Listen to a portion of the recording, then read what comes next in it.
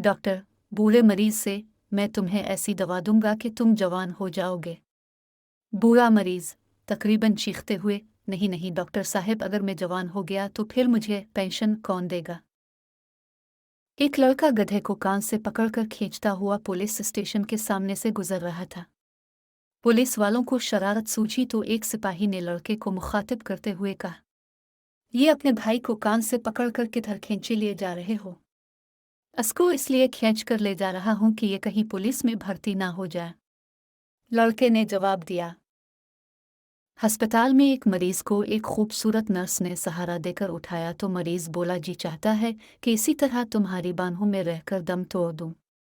Nurse बोली, तुम्हारी ये ख्वाहिश अभी पूरी हो सकती है।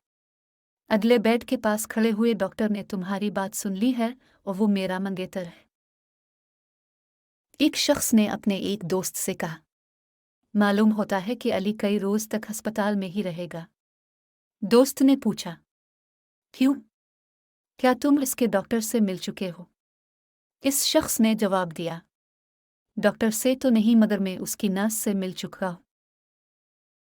मेरा एक क्लास फेलो लड़का मुझसे बहुत मोहब्बत करता है और मुझे भी इससे बहुत मोहब्बत है, लेकिन इसकी एक आदत मुझे इसलिए पसंद नहीं है कि कहीं वो गरीब ना हो जाए। वो मेरे लिए दिल खोलकर खर्च करता है।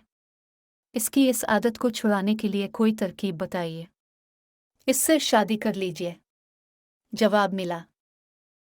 खातून लड़के से, बेटा आपका घर कहाँ है? लड़का, स्कूल के सामने। खातून, और स्कूल कहाँ है?